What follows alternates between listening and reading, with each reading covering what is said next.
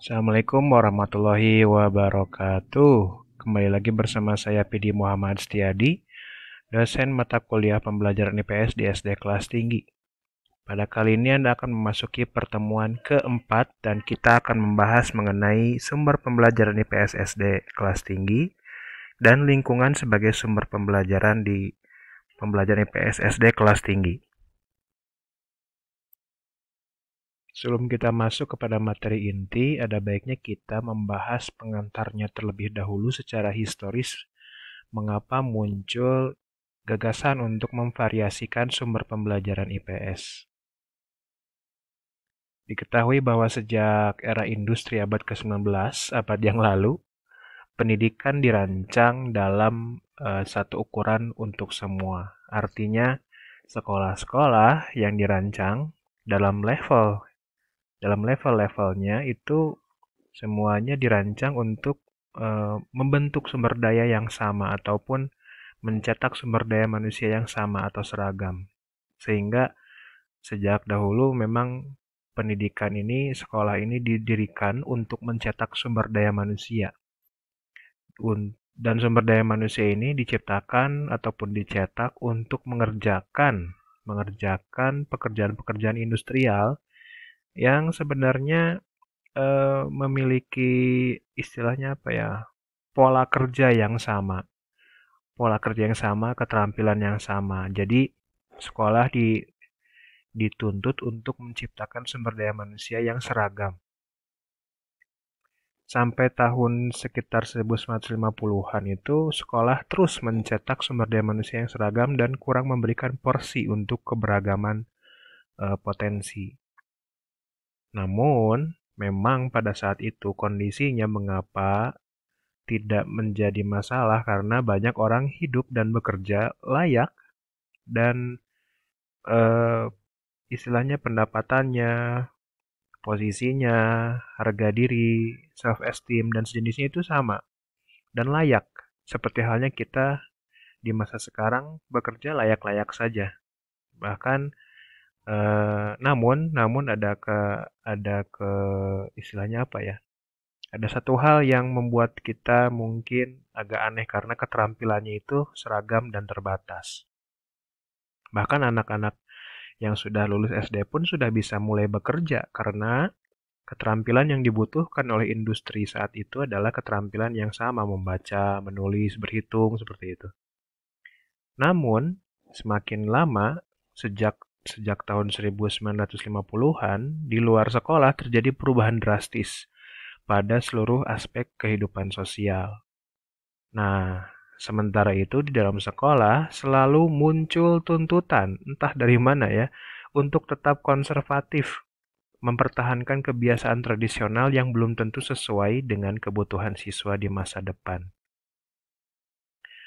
Akhirnya sumber-sumber pembelajaran pun yang paling utama saat itu adalah guru dan buku ajar, satu-satunya. Jadi pernah kita dengar istilah semacam buku itu bisa diwariskan bahkan dari kakak kelas kepada adik kelas karena memang saat itu buku dan guru adalah sumber pembelajaran paling utama dan paling diandalkan saat itu.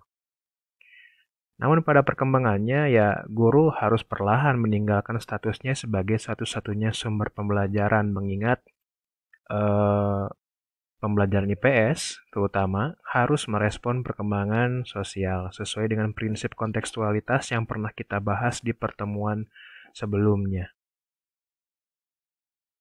Mungkin ini meme yang banyak sekali beredar di internet mengenai our education system.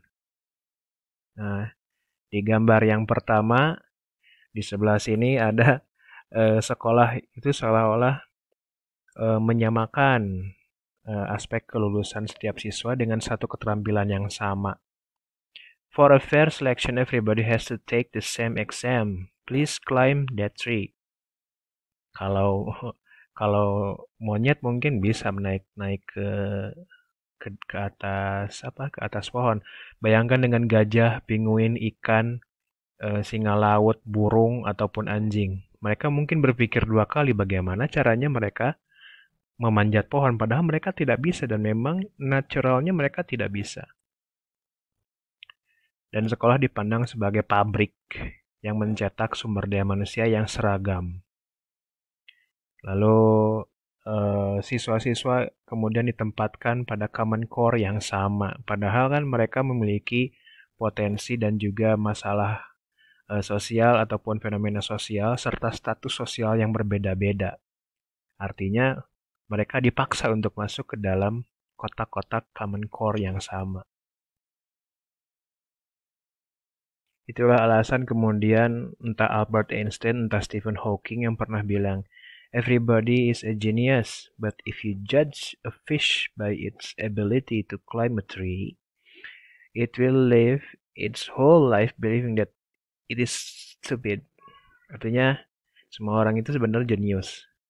Tapi jika kita menjudge seekor ikan dengan kemampuannya ataupun ketidakmampuannya memanjat sebatang pohon, maka si ikan itu akan terus percaya sepanjang hidupnya bahwa dia itu bodoh. Padahal kan dia sebenarnya jenisnya itu dalam berenang, bukan memanjat pohon. Nah, problem-problem semacam ini terus bergulir dari zaman ke zaman, terutama sejak era 1950-an. Dan sampai sekarang pun permasalahan semacam ini masih timbul. Nah, ini salah satunya indikatornya adalah menempatkan guru sebagai sumber pembelajaran utama, bukan lingkungan ataupun sumber-sumber pembelajaran lain yang beragam. Sehingga seolah-olah semuanya harus menguasai materi ataupun konsep atau keterampilan belajar IPS yang sama. Nah, mungkin ada banyak sekali istilah yang sebenarnya kita pernah membahas ini di mata kuliah pembelajaran IPS di SD kelas awal ya. Tapi ini hanya mengingatkan saja bahwa ada istilah dan juga skop-skop tertentu yang sebenarnya berbeda satu sama lain. Meskipun pada kenyataannya, semua istilah ini merujuk pada benda ataupun aktivitas yang sama. Ada sumber pembelajaran, ya kan? Ada istilah media pembelajaran, ada istilah lagi bahan ajar, ada istilah alat peraga, ada istilah modul, ada istilah buku. Modul dengan buku aja kan kadang-kadang kita sering tertukar ataupun bahkan menganggap kedua istilah ini sama. Sumber media bahan ajar pun seolah-olah sama, media dengan alat peraga pun seolah-olah sama. Padahal keenam istilah ini berbeda dalam cakupan ataupun bahasan konseptualnya. Nah, kalau media berarti kan perantara, artinya perantara pesan edukatif, pesan konseptual, pesan pembelajaran kepada siswa melalui media. Nah, kalau bahan ajar berarti isi ataupun bahasan di dalam material. Dan bahan ajar ini sifatnya mendorong siswa untuk bisa belajar mandiri atau belajar secara individual maupun secara kelompok ya. Nah, salah satu bentuk bahan ajar adalah modul, salah satu bentuknya. Sehingga kalau modul isinya lengkap mulai dari ringkasan materi, latihan, evaluasi, soal, dan sejenisnya. Sementara buku adalah sumber referensi materi. Nah, kalau alat peraga atau instructional aid adalah salah satu jenis media pembelajaran. Lantas apa sumber pembelajaran dan apa bedanya dengan keenam istilah ini? Kalau kita merujuk kembali kepada definisi, sumber berarti asal. Asal mula, tempat muncul atau tempat keluar. Ini mungkin saya bahasnya secara singkat saja ya. Berdasarkan kamus saja secara leksikon. Sumber itu berarti asal, tempat muncul, dan tempat keluar. Nah, kalau secara definisi, sumber berarti sumber pembelajaran berarti segala macam bahan yang dapat digunakan untuk memberikan informasi. Memberikan informasi ya, bukan menyampaikan informasi tapi memberikan informasi. Kalau menyampaikan berarti ada sumbernya. Kalau memberikan berarti memang dialah sumber utamanya atau tempat munculnya atau asal mula informasi itu, maupun keterampilan kepada siswa maupun guru. Nah, kalau istilah sumber pembelajaran ini sering dikaitkan dalam bahasa asingnya itu learning source atau learning resource dalam bahasa Inggris. Nah, padanan katanya pun di bahasa Indonesia sangat banyak ya. Dan ini kebanyakan memang tergantung tokoh ataupun pakar yang Anda pakai. Ada yang menggunakan istilah sumber pembelajaran. Nah, ini sudah mulai populer ataupun sudah lazim digunakan sekarang. Ada sumber ajar, ada sumber belajar, ada sumber pelajaran. Nah, ini istilah-istilah, katakanlah istilah jadul. Kalau istilah jadul mah ya. Jadi kalau Anda menemukan istilah-istilah ini sebenarnya merujuk pada istilah yang sama dengan learning source atau learning resource.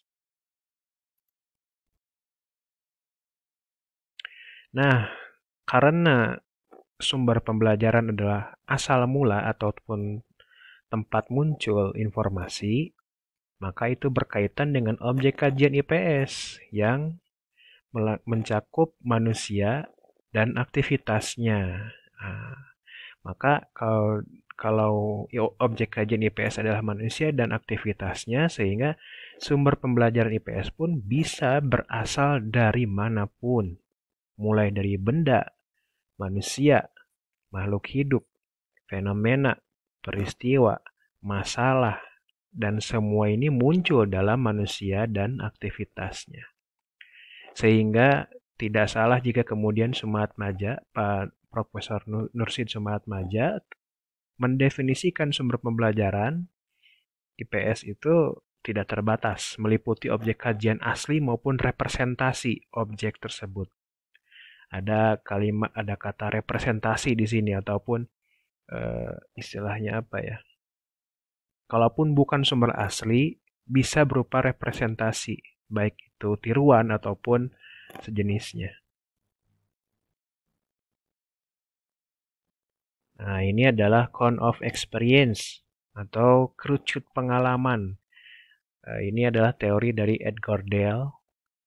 Nah, teori Edgar Dale ini membahas tentang bagaimana kita mendapatkan ataupun cerapan dari pengalaman kita yang kita alami pada kehidupan sehari-hari maupun ketika belajar dan aktivitas-aktivitas apa saja yang terjadi ketika kita mendapatkan experience tersebut. Misalnya read text. Nah, read text berarti kegiatannya itu define, describe, list, and explain. Sama halnya dengan listen to lecture ataupun mendengarkan atau mengamati. Artinya dua kegiatan ini yang sering kita gunakan di sekolah ini meliputi aktivitas define, describe, list, dan explain, which is people generally remember hanya 10%. Jadi biasanya orang-orang hanya mengingat 10-20% dari hasil membaca dan mendengarkan. Berbeda dengan melihat atau mengamati gambar yang diam, mengamati moving picture atau animasi ataupun film, atau view exhibit dan watch demonstration, kunjungan ataupun demonstrasi, apa istilahnya ya, mengamati demonstrasi itu 50% dari apa yang mereka lihat dan dengar. Semakin ke sini, semakin ke bawah, semakin besar 90%.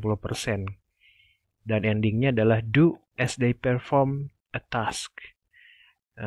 Pembelajarannya ini ataupun experience-nya ini adalah real experience, di mana skornya lebih besar 90%. Nah, ini adalah teori Edgar Dale.